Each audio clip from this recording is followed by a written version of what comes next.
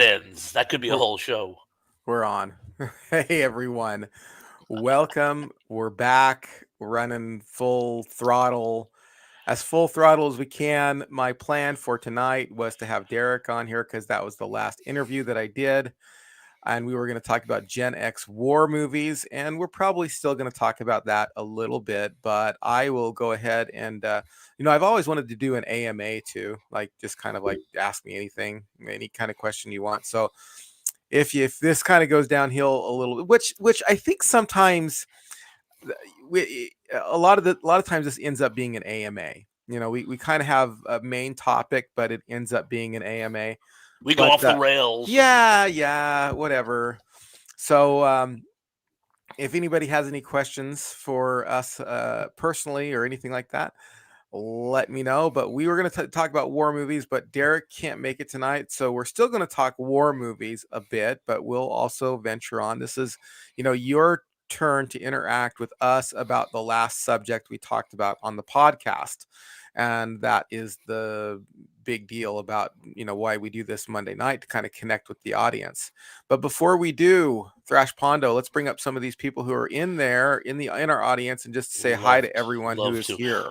I can do that now, and I'll start with Mr. Spike Spikerson says, "Is there any such thing as good old-fashioned root beer anymore?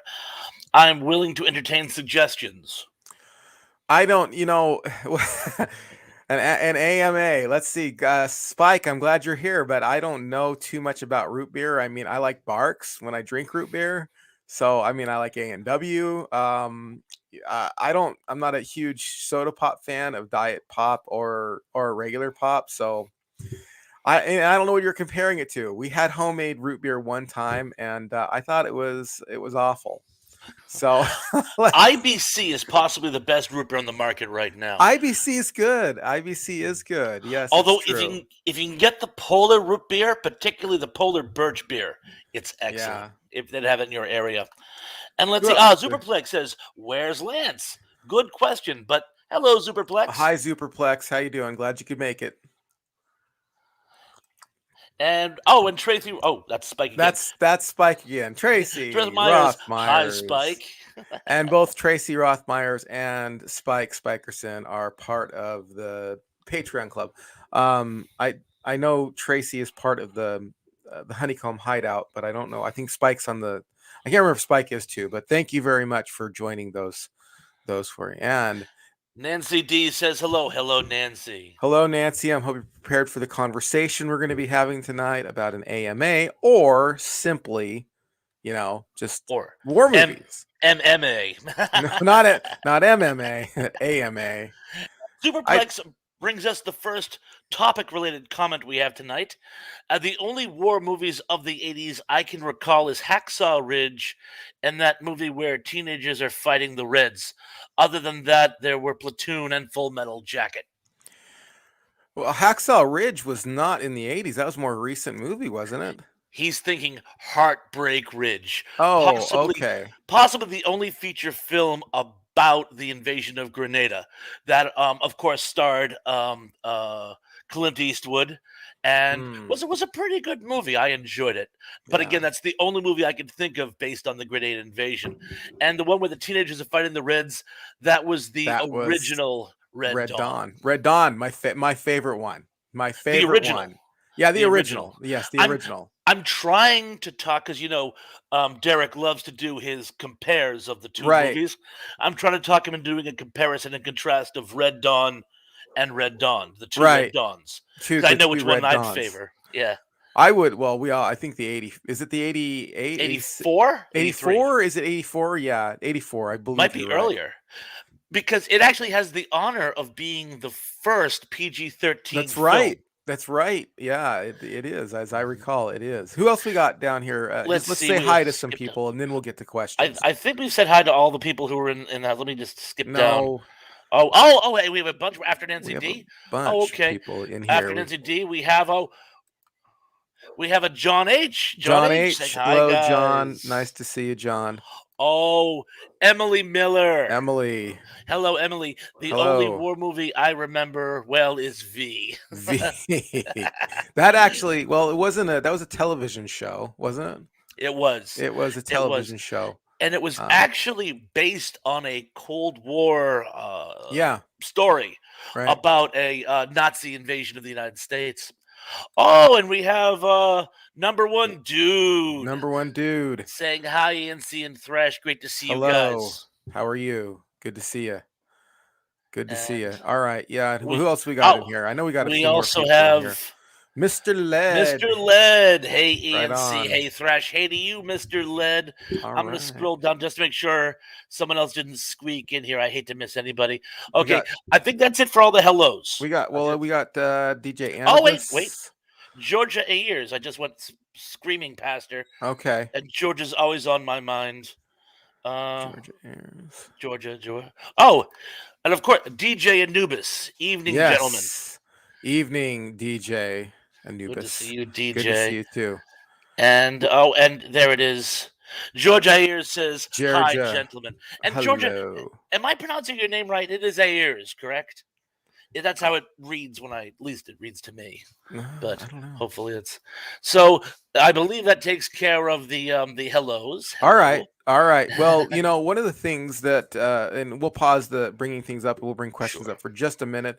But sure. one of the things that, I grew up with, and what you grew up with, is we grew up in an era in which we were facing a Cold War, and we were just getting over the Vietnam War, and both of those significantly, I think, impacted cinema. And one of the things I think that was you that brought it up, that that some of the wars revolving around Vietnam kind of made it okay to talk about Vietnam again. Was that a point that you brought up, Thrash? Yes, it was, and because I had noticed in my very young years, Vietnam was something that people just didn't want to talk about, Yeah. and during the 80s it became something that people became more willing to talk about, and there was a sort of catharsis with Full Metal Jacket, Platoon, and Hamburger Hill, and others. Yeah, And I think it was a very important decade, because without it, I think those feelings would still go unresolved. yeah, I think that that the media, that was a situation where the media was a little bit cathartic, Yes. where you were able to kind of maybe talk about some things again. I've got some friends who were in the Vietnam War. Older friends, obviously, people who are like father figures to me. But I don't even ask them about it. I know that I don't ask them about. I just don't. I don't sit there and say, so, how many people did you kill? Or whatever. Every once in a while, they'll open up with stories about, like, I had a friend sharing a story one time about how he was digging in, like, he was caught down by a river and he didn't have his gun, and the the bombs went off and he started digging into the side of the hill with his helmet just to get away from whatever it was. I mean, it was really intense. And so, yeah, it was really nice to see some of those movies. I mean, it was cool for me as a kid. I mean, when I was a kid, I glamorized war. I mean, that's what I did. I mean, I'm a Mhm. boy. I glamorize war. I go out, I find sticks, I think they're guns. I was not rich enough to purchase those fake guns. I remember one time I was at this kid's house and he had one of those remember the really big satellites? Remember the huge satellites, the ones that was like the size of the side of the house? Yes. The old Yeah, style ones. Yes. he had one of those at his house, and for some reason I was invited over to his house one time, and I remember going out to play. I said, "Hey, let's play army or whatever." And I was just like, and I was picking up sticks to, pretend to be a gun. He's just like, "Well, I've got my toy guns. Why don't we just play with those?" I'm like, "Man, nice to be rich." Let me tell you, you have your toy guns. But yeah, I mean, I would always try to reenact those movies. And as I mentioned, Red Dawn scared me. Let's go to some of these comments. If we have any Sure. questions or anything we can riff off of, if you guys want to talk to us about this subject or any other subjects, I see. Let me just jump ahead on one of them because I know everyone's Oh, probably thinking, well, not that one. There it is, right there. How's your wife, Ian? Well, thank you very much for asking, Tracy. Um, not great. Not great. She's recovering. She's recovering, and we're just trying to think of what's happening next. So, keep us in your prayers. So, yeah, It's a bit difficult. So if there's any new people or if there's any questions, let's get to those. Superflex says Donald Sutherland was in The Dirty Dozen and MASH. And Spike Spikerson adds, and Eye of the Needle, one of my favorite and most overlooked World War II movies. And What yeah, was the Eye of the Needle one? oh, Eye of the Needle is a cool one. It's in the days right before the Normandy invasion, a German spy discovers the plan and is desperately trying to get it back to his side, and he ends up holding up in a lighthouse with a uh, unstable relationship going on between the lighthouse keeper and the lighthouse keeper's wife, and he somehow gets involved in this sort of domestic love Huh. triangle while trying to get the plans of the Allied invasion back to the Germans. Oh wow, wow. What was that movie? Now I'm gonna just throw it out to the audience because we never got to think about that movie. It was a movie that had Mark Hamill in it, and it was a World War II movie, and it had the guy who was the sergeant guy in MASH. Big Red One, Oh, was that it? the Big Red One, Yeah. Okay. All right. All right. and yeah, that one was also, I believe, one of the Carradine brothers was in it. Robert Carradine specifically. Oh no, Yeah. Robert Carradine. Okay. Robert Carradine, yes, and that's a good one too. Although that's another one of those movies that sort of glamorized, the war, particularly for our side. Oh, Dave says hello, guys. Hello, Dave. How are you Hello to doing you, today? Dave. Good to see Glad you. to have you making it tonight I'm on gonna the skip down to the program. bottom just to see if there's anyone else who's popped in without me being able to. Well, let's get to some questions or Oh, comments oh, on one these. more thing though is Oh, sure. they were asked about Lance Chafin. Lance Chafin is here. Hi, Lance Zipper. Chafin. What's going on, brother? And All of right. course, Golden Rage Oh, of TV, yes. pulling Pat for you, McCormick, the ENC. guy with the golden fingers, Pat McCormick. I keep listening to his compilations. He's got like a playlist where he does all of his leadings. He got Underdog on there and Kung Fu and Get Smart. And I just listen to that like on repeat, like 3 or 4 times a day. I really enjoy those. So, I was just reminiscing. At my wedding, we actually played the Underdog theme during my wife's removal of her garter belt. oh Only we yeah. didn't know Pat at the time, so we used the Butthole Surfers version from 1994. That's a good version too. That's a good version too. All right, let's get to Superflex our says comments. there was Reds with Warren Beatty, which covered World War One. Yes, and the Russian Revolution. I believe at one point, Reds was the longest English language feature film in history. It may have been surpassed since then, but it's like 4 hours and 25 minutes, something Wow, ridiculous like that. Yes, wow. Imagine sitting in a theater for that long. Was there an my intermission? aching back. That would have almost had to have been. You know, I I, saw Dune in the theater. I saw Dune at home, but then I went to a theater with a friend of mine, and that was a little trying to watch Dune, the new one, in the theater. That was a little trying. Superplex has a question. Favorite Yes. Gen X war movie? Well, for me, I have the right to change my mind any time because things occur to me. And I go back and I'll say something like, "Oh, I thought about this instead." So, but for right now, I mean, I have to say Red Dawn. I mean, Red Dawn was a movie that I loved to watch over and over again. And it was the first movie that really scared me as a kid. I mean, really scared me like a possible, not just, like sometimes if you watch like a scary movie or something, you get scared just thinking about it, but like a scared, like, oh my gosh, this could happen. We might have to go out and live out in the woods and survive and stuff like that. So it was one of those movies that affected the trajectory of my life in a way. And I remember the first night that I actually watched that, because I was into ninja stuff. I had a lot of like ninja, like, I don't know, fake weapons, but kind of real weapons, like real weapons, but for like teenagers. Like I had like these little throwing darts and stuff, these little spike darts and things like that. And I had like this machete that was like real dull. I mean, it would hurt you if you got hit with it, but there's no way it's gonna kill anybody. I mean, unless you hit somebody like right on an artery or something. And like a wooden sword that you could beat somebody with it, but it wouldn't. You're not gonna slice anybody. I had that all stacked on my bed, like next, like leaning up to my bed. I had all my weapons, my my staff and everything all I was so scared after that movie that I just couldn't. I was just like, it's gonna happen. They're gonna. And for maybe even a year after that movie, I kept thinking, man, this is the day that the Russians are gonna invade. And I used to try to like learn like survival skills, which I'm still kind of into a little bit, like I'm still kind of into it, like learning, like if you were dropped off in the middle of nowhere, could you survive, could you hunt, could you build a shelter, and that kind of stemmed from watching that movie. So that's my favorite one. What about you, Thrash Mondo?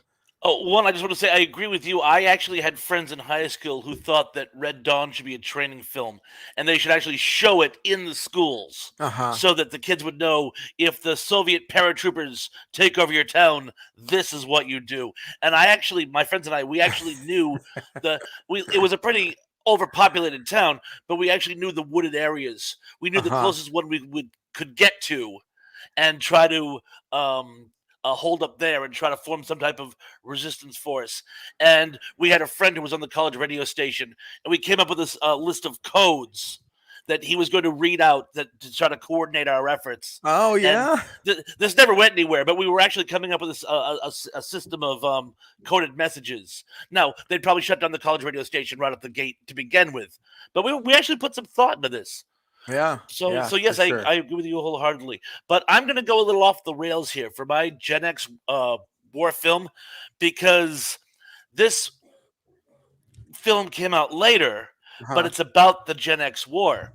Now, of course, the Gen Xers, our war was First Gulf. That was the Yes. war that, I mean, there were people from Vietnam that served in it, but that was mostly our generation. And I'm going to pick one of the films set during First Gulf. I'm going to pick Jarhead. So Oh, even though okay. it's a film from the 90s, Jarhead is my Gen X war film because it's about Gen X soldiers. Okay. Was that in the 90s? I thought that was the 2000s.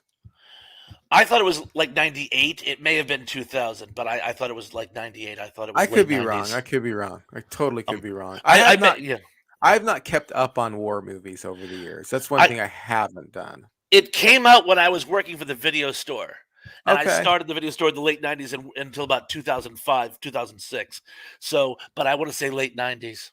Okay. Well, Yeah. you're probably right then. I mean, you'd probably know better than I would. I just, for some reason, I had something like 2000. Emily Miller loves IBC root beer. Ah, Don't we yes. all? IBC root But beer. number one dude says Bark is the one with bite. Bark. Yes. Okay. We're on the root beer thing. I forgot it. That. Yes. Bark is the one with bite. Do you like the red cream soda root beers? Never gonna do cream soda. My wife Oh, loves cream soda. Never gonna do cream ah, soda. that's Oh, some but good stuff. Make you want to break a diet, my friend. John H says, I don't know how many people have tried root beer variants, birch beer, and sarsaparilla. I have tried both. And actually, we were just talking about Polar makes, I think, an excellent birch beer. Okay. All right. I'd be interested in trying If it's that. available in your area. And skipping down, a lot of people saying hello to each other. Oh, but here's one. Does Red Dawn count as a war movie? As we've just discussed, yes. Yes, it does. Absolutely, It certainly absolutely does. counts as a war movie. All right, any other comments we got going on? There was the War of the Roses. I'm assuming she means the actual English Civil War and Yeah, not the Civil War between the two houses, and the the that's the where the Plantagenets and the Tudors. Let's go maybe with that, as opposed to the divorce movie with I can't remember, Michael but it's Douglas. but the War of the Roses is why we got King Henry VIII on the Yes, throne. yes. His father, yeah. Anyway, Uh, Defeated Richard the I know a Third. little bit about it. I've heard a lecture, A and horse, a I horse. remember. My kingdom for a horse. Yeah, yeah. Good stuff. Yeah, but no, but War of the Roses, the movie, that was a fun movie. Well, that's That what I was was saying. fun. Not to be confused with the divorce movie with I that's the thing that's what she was getting at. yeah, Yeah. yeah. Oh, Spike Spikerson says Red Dawn, is that the one with Wesley Crusher? No, no. I was gonna Wesley say. Crusher was not in that. He would have been. He would have been two. I think Little, he's yeah, he'd have my been like 10. age. Yeah, I was gonna say he would have been like Yeah, 10. I was This, 10 when that movie came out, and yeah, I think he's my age or maybe a little bit older. It is the one that has Patrick Swayze, yep, Leah and Thompson, who I had a uh, crush on, yeah, Jennifer and Grey, C. yep, Thomas Howell, yep. and I always really liked C. Thomas Howell. I mean, I wondered where he was he great. went after, like that mid 80s. He did Soul Man, which was hilarious. And then He did that Hitchhiker movie with Rutger Hauer, yeah. which was intense. Yeah, it I was a scary movie. I think he just made some bad career decisions and he never really bounced back from it. Sad to say, but Yeah. but Charlie you're right. Sheen was in it too, right? Charlie Yes, he Sheen. was. Charlie Sheen was in it. And then a couple other people. A couple other people. I don't Oh, remember their names. and Superplex says, "Thanks, T Pons, for the correction. You're quite welcome. Not sure in regards to what, but hey, it's what I do." Right. And Johnny says, "I liked Red Dawn, and I generally don't like war movies." Hmm. Well, there's exceptions to I'll everything. be honest with you. I don't care for a lot of war movies these days. I'm a little too sensitive to it. But when I was younger, I liked it. That's kind of why I did it. I did this genre number one because it's a huge genre of Gen Xers. I think in any generation, quite honestly. But I did it also because Derek had put out a really fantastic video series on comparing different war movies of different eras. So like the best war movies about World War One and the best war movies about the Civil War. And I thought it was just genius for him to do that. So I wanted to talk about that. And so it's a subject that we cover. We're covering Generation X stuff, so it was a subject we cover. But as I get older and I watch war, I can't watch them. I can't. It breaks my heart a little too much.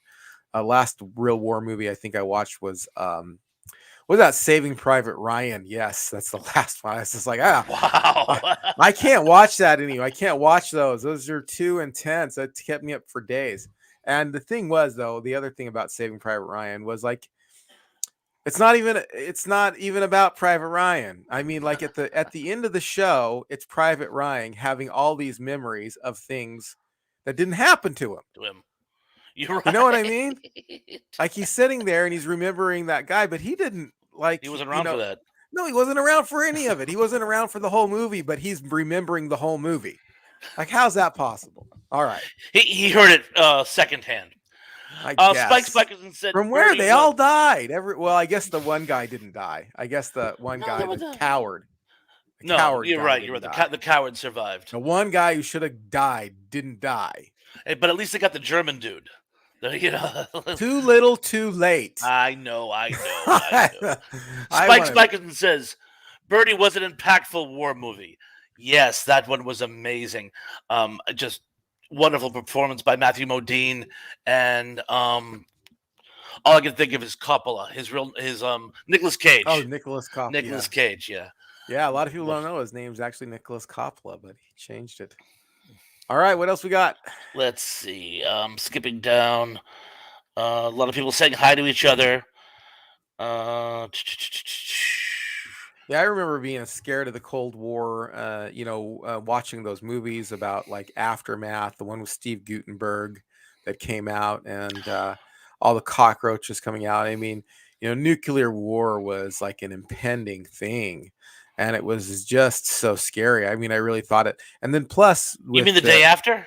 yeah, I think that was that called The Day The After. day Yeah, after, yeah, with Steve Guttenberg. Yeah, that Uh, one was crazy. and There's an English movie called Threads, which ooh, makes the day after look like Sesame Street. really? It's like really they go dark with it. It was Ah, actually I believe it was actually banned in the UK for a while. yeah. You couldn't get it in the United States for ages, but it's called Threads. If you can Ah, find it, check it out because it's okay. absolutely. If I remember, let's see what else we got here. Oh, DJ Anubis says loved a lot of classics like Full Metal Jacket and Platoon. Recently saw Fury, and that was awesome. I gotta say, I saw Fury, and it was not without its merits. But I gotta tell you, they I think they Hollywoodized it a little bit. Like I don't want to spoilers here. Okay, there's a German column, and it's racing to make a counterattack. and there's one disabled tank, and they spend the entire column having a pissing contest with a tank, they would have bypassed it and gone with their mission. It kind of bothered me that the climactic battle in that whole movie is something that I would have had the German officer shot for if I was his commander. Oh, It okay. just and there are a lot of little things in there. It's a great story. Don't get me wrong, but a lot of it was I'm like, from a military aspect, I couldn't buy it. Mm, But mm, not a bad film. It has the guy from The Walking Dead in it, who I think is great. hmm, Wish I could hmm. remember his name. I don't know. Uh, I don't know. Mr. Dave Clarani says prayers for Ian C and his Oh, family. well, thank you. Really appreciate that. Really super appreciate it. What else? Golden Rage of TV says Paths of Glory with Kirk Douglas rocked. Yes, you can't go I never wrong s- with the I never saw that movie. That's interesting. World Yeah. War One courtroom drama. A group Oh, of wow. soldiers, they fail to take an objective, so three of them are arbitrarily assigned to be executed to make an example, to avoid a further mutiny. And one of their officers signs on to be a defense counsel, and they have a kangaroo court, but they have a trial trying to exonerate them. It's a great courtroom drama. Stanley Kubrick did the film, Hmm. and Stanley Kubrick is amazing. Let's see what else we got here. I'm skipping. Oh, look who's here! John Hey, Collins. John Collins. How you John doing, brother? Collins. Thrash Pondo, you're a burgeoning superstar. Thank you. You are and wonderful Ed McMahon. Thank you. Oh, oh, oh. However, you can definitely have your own live streams and have your own awesome guests. Your fans would follow you anywhere. Well, thank you, John. That was wonderful, wonderful for you to say. Yeah. Oh, and here we have one from Lance Chaffin. Tora, Tora, Tora. One of my favorite war films set in the Yeah. Pacific. Absolutely amazing film. Have you seen that one? Not. I've not. I'm showing myself to be kind of an idiot when it comes to these war films, but I That mean, I one's know excellent. about these war films, but I've not seen. There's a few of them that I haven't known. Like the last one we talked about, I didn't know about it, but I've heard of this one, but I've just never watched it. Sorry. They do something really. It's about the invasion of Pearl Harbor. Obviously, Okay. Oh the yeah, Jap yeah, yeah, the yeah. Okay. segments that have to do with the Imperial Navy are Uh-huh. actually filmed by a Japanese director. Oh So you have the wow. American director directed the American portion, and a Japanese director directed the Japanese portion, and then they're spliced together to make an epic. And it really came out nicely. It's a really Wow. great film. I have to add this one here. Joe Deere says definitely no Welk. Jeff, definitely not on this show. I don't know how to do that. When Dave and I get together, we're gonna do a unified live stream, and he's gonna show me some tricks of the trade on how he does these things. But of course, he has a premium membership. This I just have the free to StreamYard. I just have the basic free one. So you have to pay to be able to do cooler things on here, which I'm not doing yet. So go ahead. Spike Spikerson says the Butthole Surfers. There's a name I haven't heard in years. Yes, Yeah. and you probably already know this, but I'm gonna tell you anyway. Do you know Johnny Depp sang on their first album? I didn't know that. I actually didn't. You That's didn't? really cool. Yeah. It's one of my favorite pieces of Johnny Depp trivia. Johnny Depp Superflix says, information. I saw Reds and loved it. It's a Well, great good film. for you. Awesome. Superplex. Saw Reds. Lynn Chaffin. MIA missing in action and Rambo. Yes. Yeah. These are some good ones. These are ones that I can get behind. MIA, Missing in Action, and Rambo. Yeah. Missing in Action was Chuck the Norris. Chuck Norris movies, and Missing in Action 2. Now, I watched that one more than Missing in Action because Missing in Action 2 was on HBO quite a bit. And we had HBO when I was a kid. And Rambo, who didn't love Rambo? First Blood was awesome. First As Blood many of was you have seen, I have a incredible. Rambo poster in my garage. I'm sure many of you have seen that. Yeah. There you go. And Golden Rage of TV says All Quiet on the Western Front with Richard Thomas. Yeah, the Yes. 1982 version, I believe. That was Uh-huh. excellent. Yeah, yeah. I was starting to read that book because we were going to do a book versus movie. And boy, I was sad when I was reading that book. Holy smokes, man! The Very beginning of intense. that with that guy with his leg cut off and he's just like giving up. Huh. Like, don't give up, man. Don't give up. You can't possibly give up. I was like, And, this is. I'm like, is this what this book is about? and his buddy's like, "Can I have your boots?" Yes. It's like, Like, can I have your but they boots? they were desperate for boots. It was I like, know. they had no boots. Boot to the head. Oh, and number one dude says Red Dawn with Swayze. Yes, Yeah, right on. yes, Love Red Dawn with Swayze yes. for sure. Lance Choffin, Olympus Has Fallen. I have not actually seen that film. Oh, it's good. It is Olympus Has good. Fallen and London Has Fallen is really good. Angel Has Fallen, not quite my favorite. I think out of Olympus Has Fallen and London Has Fallen is my favorite out of the two. But Olympus Has Fallen is great, worth watching, way worth, better than that Channing Tatum show movie. Really? Yeah, there was one like White House Down. Was that what it was called? It was like one of those things where they come out with movies that are real similar, Similar, and yeah. it was White House Down. That was the name of that show. Yeah, I think so, with Channing Tatum and I don't know, that one of the Wayans brothers or something. And but Olympus Has Fallen that's a bomb show. Outside Gen X, I mean, well, we're still Gen X, but we're alive. But outside growing up Gen X, but Gen yes, X. still worth mentioning. Yes. And Spike says, speaking of Stanley Kubrick, Doctor Strangelove scared me like that because it's always true. It is scary just how close we came to World War III a couple of times, and sadly didn't even know it until years later.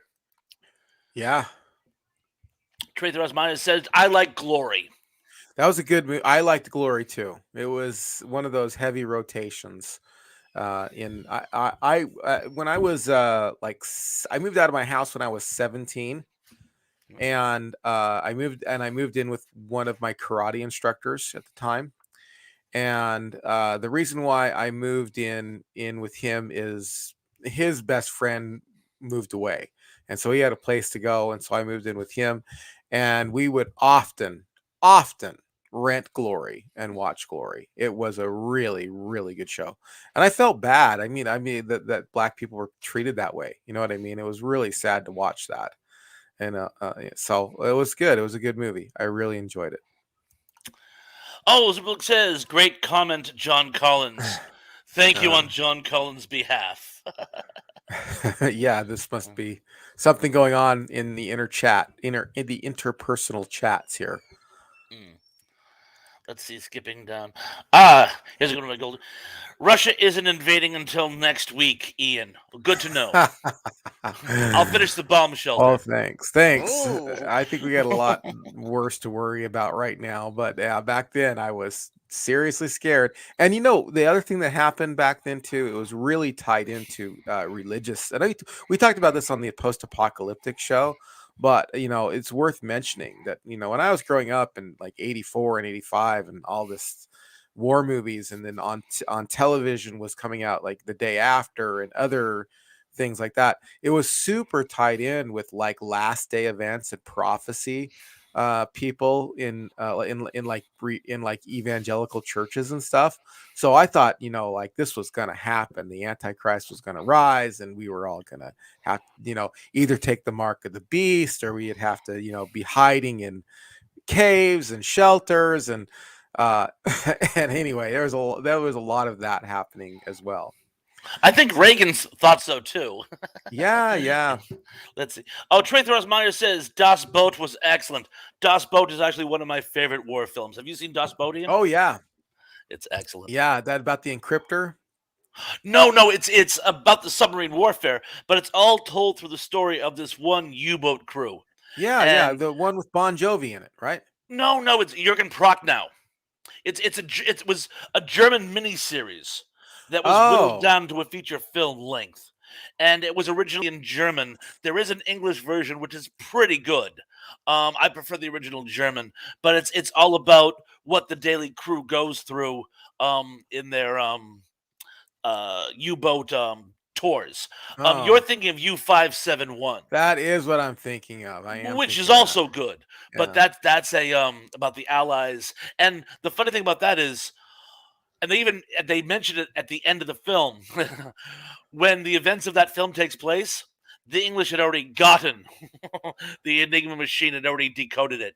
They were Oh, just they were going after, they were fine tuning it, needed more machines. yeah, But yeah. the actual encrypting had already been broken. And I shared this on the podcast, but I'll share it again here in case anybody hasn't heard it and you're listening here. There's a really sad story because they knew, because they had the Enigma machine, they knew that they were going to bomb a city. And Churchill knew that the city was going to be bombed. And initially, he thought, well, I'll just, evacuate everyone out of the city. But then he thought to himself, if I evacuate everyone out of the city, they'll know that we have decoded and it will set us back years as far as taking over. So he had to make one of the toughest decisions, and that was simply to let the city get bombed. And then that way he didn't have to, if he would have gotten, basically if he would have gotten everybody out of the city, they would have known, oh, they have the Enigma machine. Now they wouldn't be able to decipher their codes and eventually, be part of what won that war. But that was one of the saddest things in the world to have that happen, where he had to basically say, let all these people die in order to win this war. Anyway, bringing the Jordan, room down like I normally do. well, when you talk about war films, there's going to be a certain amount of sad topics, I'm afraid. No, they're all shooting daisies out of their No. gun. They're shooting Jordan people says, with flowers. my first war was Vietnam. I do remember Vietnam. I was a kid at the time, but I do remember it. Yeah, I was born yeah, in '67. My mother always joked she was out to here during the summer of love. yeah. um, John Collins says, I know it's different, but I enjoyed the movie War Games with Matthew Broderick. Well, that's Excellent movie. kind of a war. Excellent movie. Yeah, that was one of those things. I mean, we're nuclear threat is pending. I mean, it's a great. It was a great movie. And by the way, War Games 2, not so good. Just so you know. Never saw it. Yeah, Never saw well, it. don't. Don't. I don't. Yeah, I don't think I'm going to bother now. Golden Rage of TV says Thin Red Line had it going on with Nick Nolte. Oh yeah, I do remember. I have a copy of that somewhere. the Thin Red Line. Was that the one with Michael J. Fox in it? No, that was that was What, it my was the one with brain. Sean Penn? Wasn't that Thin Red Yes, Line? that was Sean Penn was in Thin Red Line. Okay, all right, I got it. Well, Sean Penn was in both. Sean Penn was in the movie you're talking about, and A Thin Red Oh, Line, and the I one you're talking, see. Casualties of War. Casualties of War. Casualties That's of what's War. throwing me. I'm like, Yeah, follow, yeah. 2 And steps to I Michael believe J. Woody Fox. Harrelson is also in A Thin Red Line. There's this amazing scene where it takes place in like the grassland on this small island, and the Imperial Marines are like all just trying to come in, and they're like hiding under the grass, and they're all like sneaking in for an attack, and all you see is their bayonets cutting through the top of the grass, and it looks like shark fins Like on a the top of the shark water. fin. It's this incredibly shot scene. It's All like the right. best scene of the whole movie. Hey, Um, while we're right in the middle of everything, everyone, please do me the honor of hitting that thumbs up button. And if you haven't subscribed already, please hit the subscribe button right now. It costs you zero amount, so hit the thumbs up button and hit the subscribe button. It means the world to us here at Retro Serial. and I'm All going to right. shamelessly promote myself while we're on the Oh subject. yes, for sure, for sure. Most of you, I'm sure, have already subscribed to my content channel, but I wouldn't be surprised if one or two of you haven't. Please, pretty please, sugar on top, go to Thrash Pondo's content channel Yeah. and subscribe to my Well, channel. it's watch the linked on my videos. page too. So if Then you you see have no there's a excuses now, do friends, you? right? Yeah. There we go. All right. What do we Oh, got next? Lynn Chafin said, Thrash, they made Jarhead 2 and 3. I've only seen the first, but I'm sure they did. Right. Let's see. I don't have any comments on that. I'm like, I didn't see Jarhead haven't seen it. 1. I didn't Oh, see I saw 2. 1. I It was didn't see great. I haven't seen 2 3. and 3. I saw part of Jarhead 1. I did see part of it. It was on. It gets too intense, man. Like one time I got up in the middle of the night and I couldn't sleep, so I watched, it was on. It was Jarhead, and I'm like, this is not helping me sleep. So I turned it off. So that's my extent. I mean, I always meant to go back and watch it, but I Yeah, just I haven't. can see how it wouldn't help you sleep. Superplex says, there was Birdie, but I don't remember much about it. Long story short, 2 Vietnam soldiers come back to the States. One is reclined to a military mental hospital, and before the war, he was obsessed with becoming a bird, and now he's sort of regressed into thinking he is a bird, and hilarity ensues. And if I tell you any more, I'll ruin the ending for you, so I can't.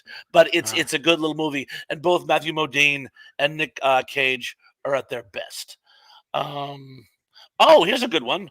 Number one dude says Biloxi Blues with Broderick. Yeah. Excellent Yeah. film. Yeah. I'm trying to remember if I've seen that or not. I want to say yes, but I might not have. And it's loosely based on Norman Lear's. I believe Norman Lear was the director. His personal experiences while training to go overseas in World War II. He was sent to Biloxi to train, and it's loosely based on his exploits. Let's see what else we got. Oh, Golden Rage TV. Thrasher, you dug out yet? I'm just waiting for spring. Right. At least you got heat. Oh, and Meryl Streep. I assume he's referring to Sophie's Choice. That's not a fun movie. No, not at all. Let's see what else we got going on here. Here's a good one. Mr. Lid said, I just missed getting drafted for Vietnam. I had a high lottery number. The next year they did away with the draft. You were very lucky. So I'm guessing you're talking 72, 73 around there. But yeah, I would have been about 7 or 8. So I missed the draft myself, actually. Yeah, I wasn't born yet. So I think I was born right when they had ended the war. So we were worried that they were going to reinstate the draft, though. Did you ever worry about that? They've talked about it on several occasions. Yeah. Oh, here it is. Superflex.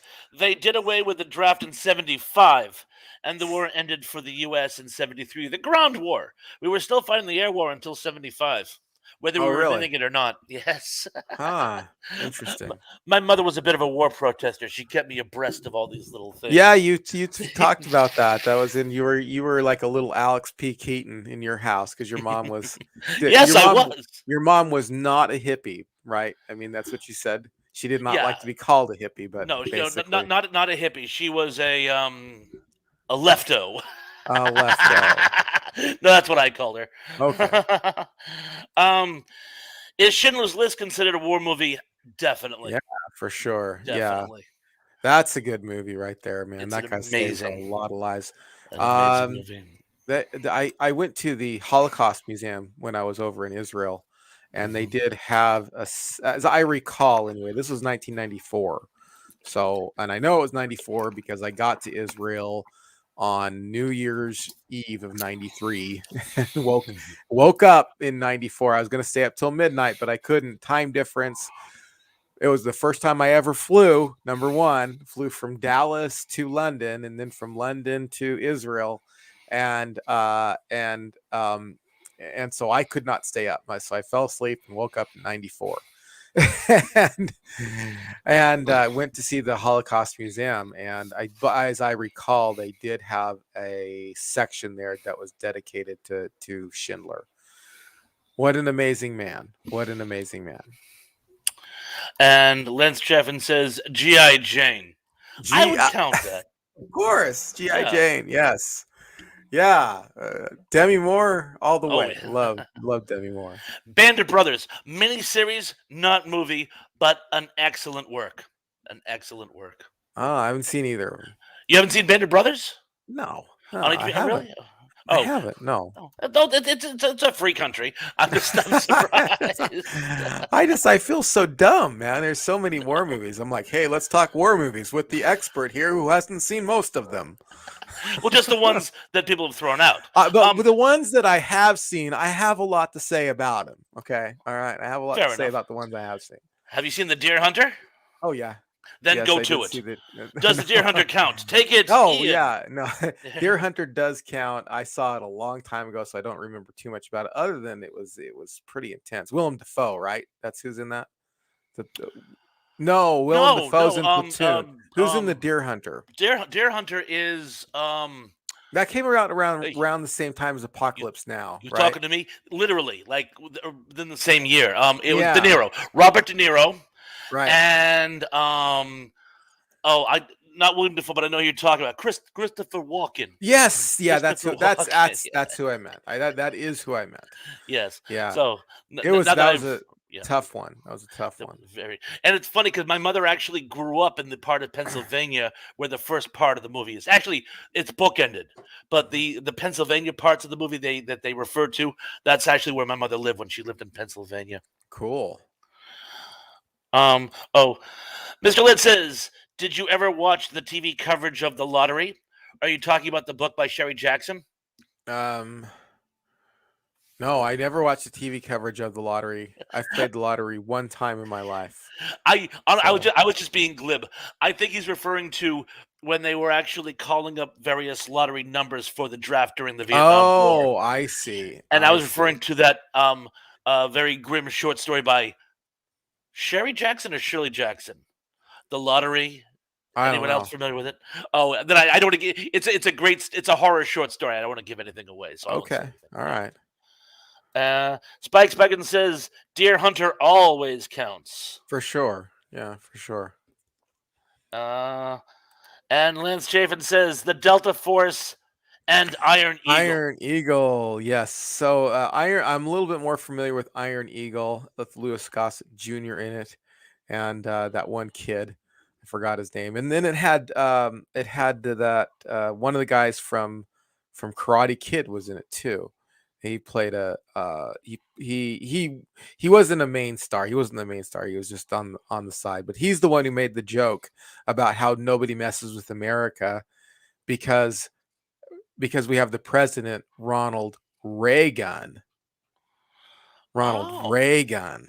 okay, all right. I haven't It's a seen the movie terrible in 30 joke, but I years. remember the joke from that Reagan. movie, and I remember the actor. The actor played Lamar in Revenge of the Nerds too, as I Oh, recall. okay, yeah.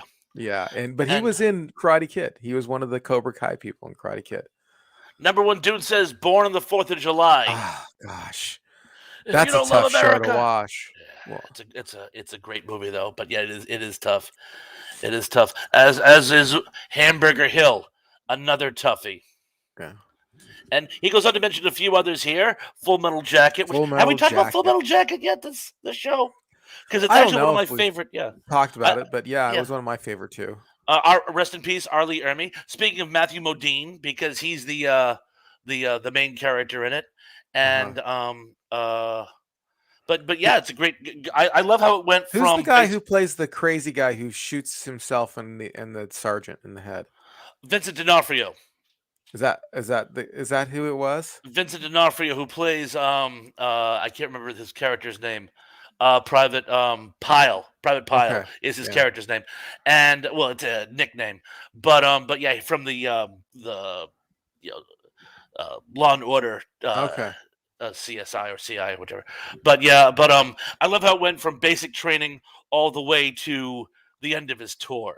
Yeah. And I thought that was very nicely done. And oh, he also mentions Casualties of War, the Sean Penn movie we were talking about earlier. And let's see what else we got here. Oh, Johnny says, I see Othello on Ian's game shelf. That's my best online game, but probably not my favorite since I've rediscovered cribbage, which I'm not as good at. Oh yeah. Othello's a good game. It's fun. Takes a moment to learn and a lifetime to master. That's the idea behind it. I used to have a gaming channel. I mean, it's still up, but I don't do anything on the channel anymore. I don't have time for two channels. I don't have time for two channels. Can't be doing one channel, then doing another channel. No, not yet. Not yet. I thought about doing some more stuff on my diet channel that I had a long time ago, but I don't know. It's a lot of work to go through and edit videos and stuff like that. So, I mean, today actually I did a 5 things you didn't know about kung fu, which is going to be out for the Patreon members for the the Honeycomb Hideout people tomorrow. Is one of them that he didn't know Kung Fu? It is. It That was is. just a lucky guess, really? I was just Yeah. being coy. No, that is one of the 5 facts. And It's a great but fact. I was it. Where was I going with that? I was I going kind of derailed somewhere you. I'm about two sorry. channels, and I don't Yeah. know, somewhere. Oh well, let's get back to the comments. And now back to the action, Oh Mister no, I do LED. remember. I do Oh, remember. I gotta say, sorry, Led. the reason why I don't take up two channels is that it takes a lot of time to film and edit videos. I mean, it really does. It's and back in the old days of YouTube, you could just talk and get views, and now you're competing with people who are basically making small movies. So I you can't do know. that anymore. It just won't work. So like today, like I said, it took me all day to make an 11-minute video. It's I can't do that. I just I'm not free that often. I just want to put all my support into this channel. Mister Led says the draft ended in '72. I was close, but yes, Ah, I too missed the draft in my okay. own little way. How much am I paying you now, Thrash Pondo? I'm on an apprentice rate. Is it zero? Well, you cut zero in half for that mistake. Okay. Fair enough. I will retroactively pay you back. All right. The 13th day. Why is that sounding familiar? I don't know. I've heard of the 13th Warrior, but I've not heard of the Yes. 13th Day. Yeah. But so yeah. And oh, Hey, Levin said life and ending is sad here. ending, Hi, Steve. Levin said ending. How you doing, Um, Steve? Kirk Douglas, and I believe Kirk Douglas is in reference to the Stanley Kubrick film we were talking about, Paths of Glory. Kirk Douglas he's a French major, I believe, who was a lawyer in civilian life, who takes on the case of these three French soldiers who are going to be executed for cowardice in the face of the enemy, and hilarity ensues. But Uh, yes, you're right, Steve. It was Kirk Douglas. Um, ah, Superplex says they failed to take an anthill. The anthill was the objective they were told that they had to take. It was nicknamed the anthill because it uh, looked like an anthill on war maps. huh. Yeah. Oh, and Golden Rage TV says the prosecutor was the guy who played Oscar Goldman. Yes, it was, and I can't think of his name to save my life. But from the $6 Million Man. Oh. Yeah. Okay. Yes, he was going to be he was sort of the bootlicker of the French commanding officer, and he took on the case as the prosecutor. Dave Claroni says Apocalypse Now is a great film. I love the smell of napalm in the morning. It smells like. Take it. What does it smell like, Ian? I don't remember what. I mean, I've seen the show, but it was years ago. I don't. Victory. It smells like victory. Victory. And then Let's and then ask he me again. Ask me again. Let's do it again. Take two. yeah, take it and click. I love the smell of napalm in the morning. It smells like. Victory is what it smells like. And then his last line is one day this war is gonna end. And then just gets up and walks off, and you're like, okay, great. What? That's awesome. That's awesome. Oh, John, it says I registered for the draft in the summer of '83 for my 18th B day. Don't think there'll ever be a draft again since Dodgers were pardoned back then. It's so funny. That's let's see, I would 85, and I was late. I actually was supposed to I should have registered for the draft in like July, and I didn't do it till September, October. And I Uh, had visions of like the military police kicking in my door while I was asleep and dragging me away because I didn't register. But I was going through my desk the other day, and you know what I found? I no, still have I still have my selective service card from when I registered for the draft back in 1985. that's cool. That's cool. Your selective service card, right? So the selective service card, yes. You say something totally else. You know what I still have in my drawer? I still have my J.C. Penney's credit card. Like, wow. Yours is more relevant. Yeah. I still my have the mom, old button off my shirt from when I was 8. my mom drove me to be signed me up for the draft, and I thought she liked me. Don't bother brought me the draft board. Mine was trying to lock me in the bathroom so I couldn't go down You and couldn't register. She's like, go. you don't Suddenly, have to. You don't have to. I'm like, right. Mom, I gotta. It's a You can be a law. conscientious objector too. You don't have to just dodge drafts. You say, "Hey, I'm an Anabaptist." Conscious objector. Yeah, you Anabaptist. I'm Swiss. That's Golden that's Age. okay. A lot of them came from Switzerland. No, but the Hacksaw Ridge. Did you ever see Hacksaw Ridge? Oh, of course. That what was about. That's the guy's a Seventh Day Adventist, and so he doesn't want to. He's their past. Their well, they were pacifists, so they don't. Yeah. Check. Go ahead. Golden Age TV says, I'll follow you anywhere, Bob. You too, Ian. Right on. I'll get Bye-bye. back to you. Oh, hey, look, a new one. Oh, Retro Crunch. Hello, Retro Crunch. Good How to are you see doing, you. man? Great to see you. Hey, fellas, how about Big Red 1? Watched How- that one for the first time recently. Really delve into a lot of the war efforts across the world. Love how the ending comes full circle. Spoiler, but yes, it does. It is with Lee Marvin and how it just sort of, Yeah. and that's and you're right. It kind of goes from the first days of. In fact, one of my favorite World War II trivia questions, Ian. I'm going to throw this out to you if you want to take it. Okay. European theater, World War II. The first U.S. casualties were suffered from what nation? The first in World War II, the first U.S. casualties were suffered from which nation? World and European theater, not Pacific. European. The European theater, probably Italy. Good guess, but wrong. It was the French. Oh, really? Oh, wow. The first beaches we took in North Africa, you were thinking the North African campaign, Italy, but the first beaches we took were being held by Vichy French. And even though they were ordered to not attack us, they fired on the first boats that landed and we fired back, and they surrendered almost instantaneously, but there were U.S. casualties suffered from the French. Wow. Little trivia question for you. And skipping down to a lot of referring to things. Here's a good one. I enjoyed A Few Good Men as far as the courtroom drama, but it needed more Cortland drama and more monologues between the two megawatt stars, Cruz and Nixon. Bite my tongue. Nicholson. You can't have too much Nicholson. Let's face it. I love that. I love that movie. By the way, there's a YouTube channel called I think everyone's kind of seen this kind of thing, where somebody who's in the real profession watches movies. So like a real doctor watches. We watch Dr. Mike, who watches these television shows and stuff. Well, there's a guy who's a real lawyer, and he watched A Few Good Men, and it was pretty funny. Like he said stuff like I didn't know. Like, you know how when they approach the person who's sitting in the who's sitting in the witness chair, you're not allowed to do that. Actually, you're actually not allowed to do that. It's called the gulf, and you have to actually ask if you can walk over to the person. So he's laughing, like, when Tom Cruise is walking towards him, and you can't, and I want the truth, and he was like, no, you can't do that. You can't walk toward that person at all. You have to stay behind the desk or behind your podium.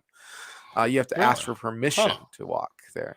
Anyway, little known fact.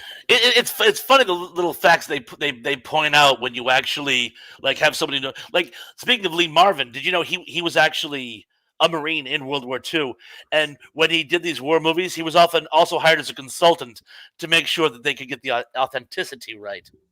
Oh, wow. Yeah, there you go. Let's see. Here's a good one. Golden Rage. T says, I live by the ocean, and I can tell you honestly, buttholes have no waves.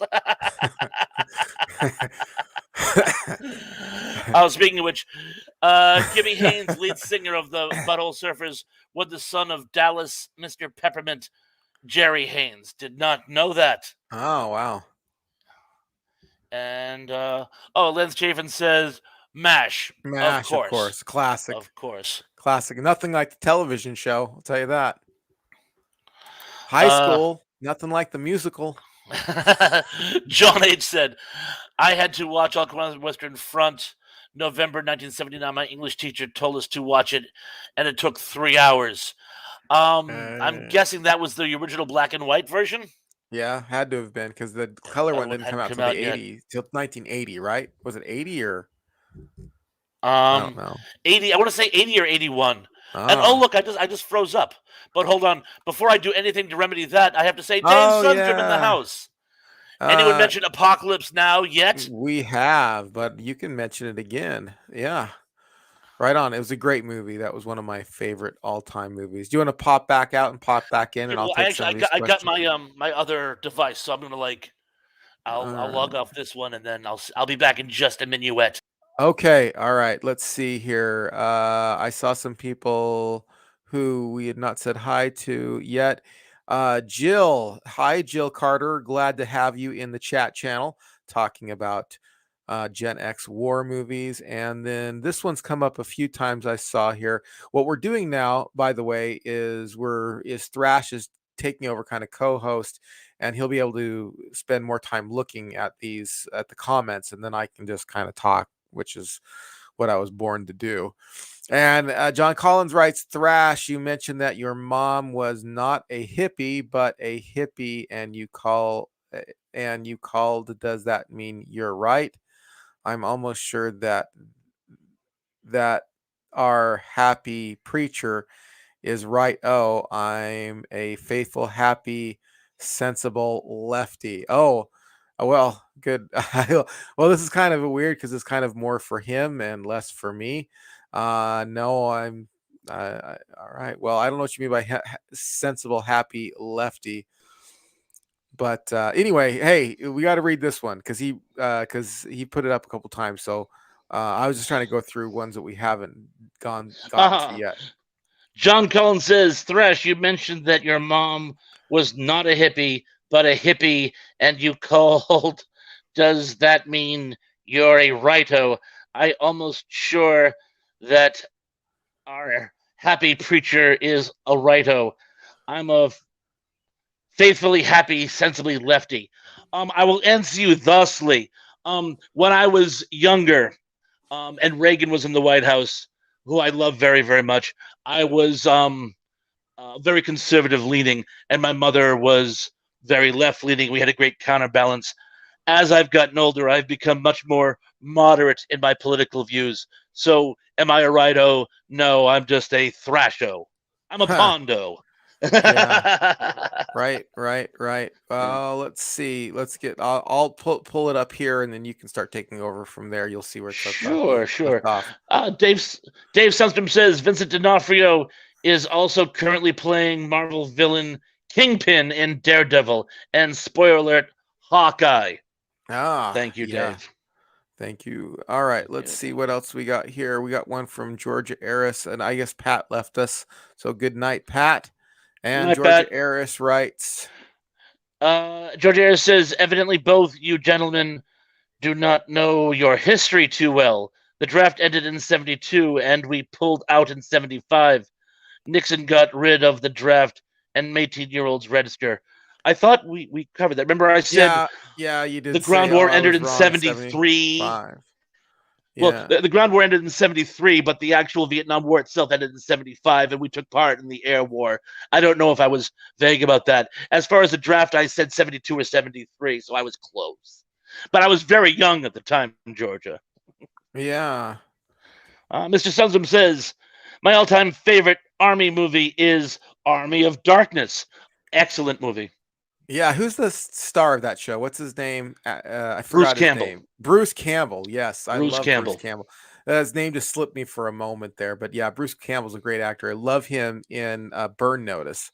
I don't know if you're a Burn Notice fan or not, but I was a huge Burn Notice fan. I love I've that, watched it. and I like Army of Darkness. I find it clever.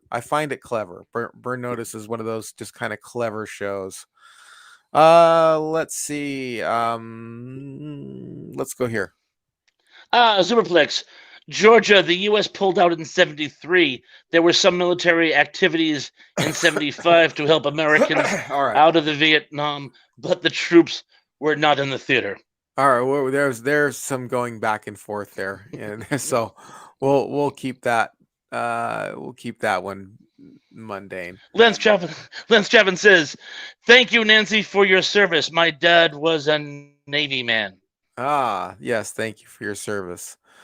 Thank you, And Nancy. Nancy writes, "You're welcome." And I don't know if we're all caught up. Oh, look who's here. Oh, Kevin Davis. Hello. Hello, Kevin. Hello to you as well. Oh well, hey, do you still fear? Do you still fear like nuclear war? I mean, or no? I fear the unexpected. I fear an extinction event, whatever that may be. Could it be some type of nuclear conflict? Yes, but there's many, many other ways it could happen. It could be bioterrorism. It could be a comet that we haven't seen coming our way, solar flares, mutant bats. So I fear the unexpected. Mutant bats. Yeah. Does it That's a new one. does it keep you up at night or no? Or you just start is like, eh. Not anymore. It used to. It used to. When I was a kid back in the Cold War, I used to like wake up thinking that the Soviet paratroopers have landed and Yeah. or that they've nuked Boston. That happened to me quite a bit actually. I'm afraid, and I did lose a lot of sleep when I was a teenager. But nowadays, it's like not so much. You just Yeah. kind of learn to live with it. I think is the only thing I can think of saying. I don't lose a lot of sleep over it anymore either. I used to when I was young. I was in the same boat as you. When I was younger, it was a big deal, and I was scared that it was going to happen. And today I don't. And a lot of my friends are a lot of them are like preppers too, you know, and they're Mhm. always like, oh, this is it. It's going to be the great reset, and it's going to be this and that, and they're and I'm like, m- m- it's failed so many times. I have food storage that a friend of mine bought me. Like he's like, this is gonna happen. Like it's happening. Like you got to get ready. It's gonna happen. Brought over DVDs for me to watch and all this stuff, and he brought food store, and I still have it from like 2009. I'm like, and I was on board with all that stuff up until about 2000. And because Mhm. I was at like the Y2K thing, I really thought, I'm like, okay, if it's ever going to Mhm. happen, it's going to happen now. I mean, it's going to be Y2K. It's going to, I mean, yeah, I was all worried about it, and we were prepared, and nothing happened. So that's kind of, and it wasn't just the bug. It wasn't just, oh, are we going to be, are our computers going to be able to read double zeros? It was, everybody was like, oh, if you knew the political scene, it's the worst it's ever been, and this person's talking to this person, and the Bilderbergs, and the Illuminati, and da da da da da, and everyone was like, oh gosh, and I was all on board. I'm like, this is it. This is gonna happen. It's gonna be that way, and then nothing happened. I'm like, well, maybe not so much. Maybe not so much here. All right. Ken Davis writes, There is China. There there certainly is is, there and there's a certain amount of tension going on with China. Is it going to cause World War III? I don't think so. The right. biggest thing I can think of, as far as that goes, to alleviate that is, why would they want to go to war with us? We're their biggest market. It would be hurting their bottom line. It So would be. I don't see it. Oh, Jay Eldridge is in the house. Hello, Jay. Hello, And he Jay. says, I guess the guys missed my message about In Harm's Way. I'm afraid we I did. I'm I'm afraid we did. sorry if we did. Maybe it was happened during one of the things that we try to get to everybody. But In Harm's Way, was that a movie? I don't know. I don't know Yes, it that movie is. at all. Yes, it was. It was a war film. I want to say I haven't seen it in ages, but I want to say it was set during the Korean War. I'm racking my brains. I'm sure I've seen it, but I've seen so many war movies. I sometimes mix up some of the details. So Yeah, I I would have to understand that. say I am I'm not familiar enough to talk about it, Jay, but I'm sure I've seen it. There you go. Oh, Superblick says Russia has more nukes than the U.S. and bigger ones too. Yes, they do. Yeah, they do. I mean, but there's They some do. amount of self-preservation that you have to think of. I mean, if they nuke anything, there's backdraft, on their end as well. Uh, So Oh, and John Collins. Oh my goodness, how can we discuss more movies without mentioning Crimson Tide with Gene Hackman and Denzel Washington? It was so good. Oh my goodness. Did I mention I enjoyed it? I kind of extrapolated that from your post, John. So yes, uh, and it's an excellent film. yeah, Crimson Tide I'm trying to remember. It seems like that's a show that I would watch, but I can't. That I've seen It's in the movies that set I've in seen. set in it's set in a nuclear sub. They receive orders. They're getting ready for some type of conflict. Um, I don't want to give away too much of it, but basically what happens is they question Gene Hackman, and there's basically a mutiny on board. Denzel Washington tries to stop him from exceeding his authority, and Oh it yeah, questions, well, who would be right in this set of circumstances, the captain or the first officer? right, And it's sort of an updated version of the Kane Mutiny, right. only What's with nukes. this? Let's see. Danny Staten's in the house. Hey, Danny, how you Oh, doing? Danny, how we doing? God, do you have to spam the stream? Really annoying. Oh, I think he's talking about uh, John Collins because he makes sure he wants to make sure that I read his stuff. So he says it over and over again. Well, I don't know, Danny. Danny, that's between you guys. I'm not going to comment on that, but I am glad to see both of you. I'm glad to see you, Danny. Thank you very much. Good to see you, Dan. Good to see you as well. And let's see here. I don't know what else we have here as far as war movies. Oh yes, Steve writes Ah, 11 this. said ending. How can you mention war films without mentioning Private Benjamin? Private Benjamin, great movie. Goldie Hawn was a cutie. She was. She Yeah, she certainly was. She's was. still good looking gal. I mean, she's older now, but I mean, she's still really good looking. But man, I tell you what, when you look at pictures of her when she was younger, phenomenal. Absolutely phenomenal. All right, here, let's see. J. Elbridge. It was made in the 1960s about the attack on Pearl Harbor, about taking back several islands that the Japanese took over. It had John Wayne and others. I knew it had John Wayne in it, but for some reason I thought it was Korea, but I knew it had John Wayne in it. And I think I'm also confusing scenes from it and the Fighting Sea Bees. But Right. if it's a John Wayne war movie, I guarantee you I've seen it. Maybe Yeah. I'll rewatch it now. I bet it's on YouTube. Maybe I'll Yeah, rewatch it. probably. Well, I mean, we can always go up to the modern era too. In closing here, there are some more movies out there in the modern era that I think are worth watching. Do you have any picks for modern era war movies, or one of the things that well, go ahead. Sorry, I didn't want to cut you off there. Well, just the other day I was watching the 2019 rendition of Midway, and I thought it was good. But as a huge fan as I am of the 1976, 73 version of Midway, all I kept thinking was it didn't particularly add anything to it. And I love remakes, but I think a remake should always give a new take, a new taste, a new something to it. And that one, I kept waiting for it. I didn't see it. One thing that I thought was actually amazing was that movie Unbroken, about the Yes. American POW in the Japanese prison camp. That one was Yeah, that was a really good one. That was a really good one. And even how afterwards he tried to reach out to that guy and he didn't even. that made me so angry. That made me angrier than the actual stuff he did during the war. Right, I'm like, right. wow. Yeah. What was this? Some of the. Let's see. Let's see here. Tracy Ross Myers, Heston was great. Yeah, Heston was great. I'm sorry if I'm In oh, missing. In what? that's a reference to he was in the original Midway. He played Oh, the sort of main character that the action kind of takes place around. yeah. Did you see The Day After? Yes, we actually talked about it at the very beginning of the movie with Yeah.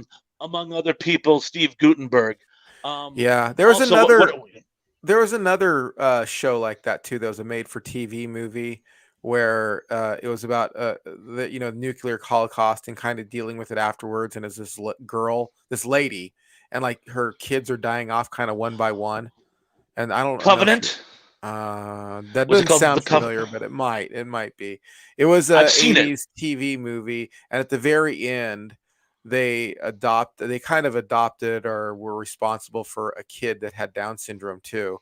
And at the very, very end of the show, they're in the car and they're gonna commit suicide. Basically, they turn the car on and they're gonna commit suicide. Then they decide not to, but she's got to like bury her daughter and her. Yeah, I mean, that was one of those sad shows.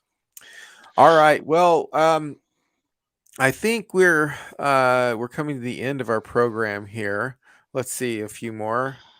Nancy D, you should read the book. It's amazing. Testimony. That's what it was. Testimony. I called it Covenant. It's actually Oh, okay. Testimony is the story you were Uh-huh. referring to. I have it somewhere. William Devane plays her husband, I believe.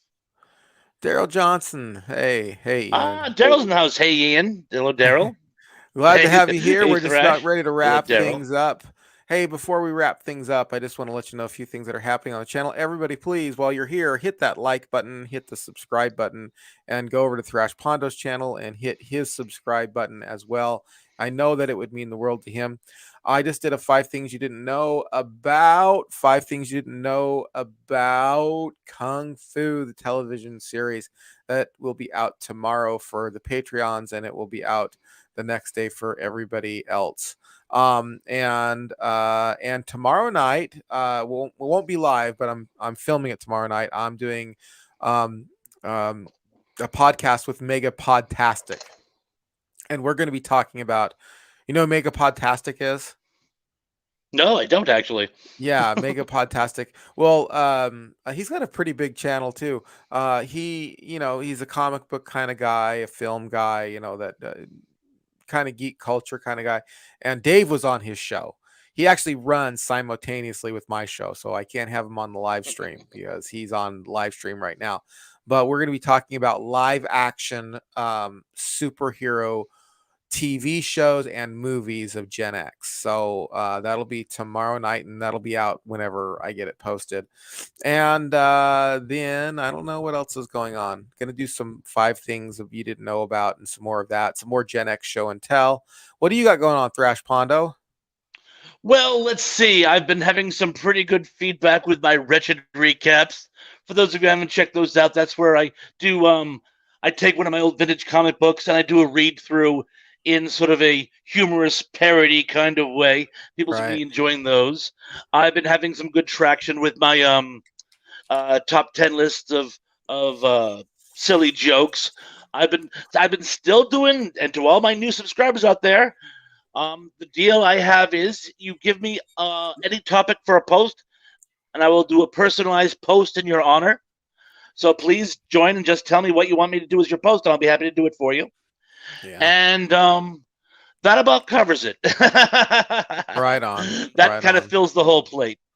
Right on. All right. Well, thank you everyone for joining us. The chat is lively.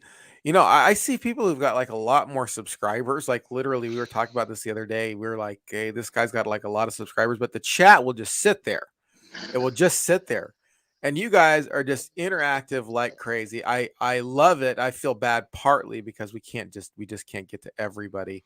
But I just want to say that you guys make my week. I always look forward to this because it's just like hanging out with some friends and sitting around and even though I'm talking and you're listening and you're typing questions in, it's still a community. It's still a time to get together and just enjoy each other's company and have fellowship. So I thank you for that. Yes, hit the like button. Thank you, everyone. And we will talk to you again real soon.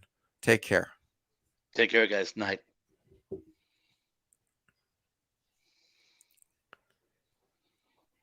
Are we still on? I don't know. It says ending. It says not yet.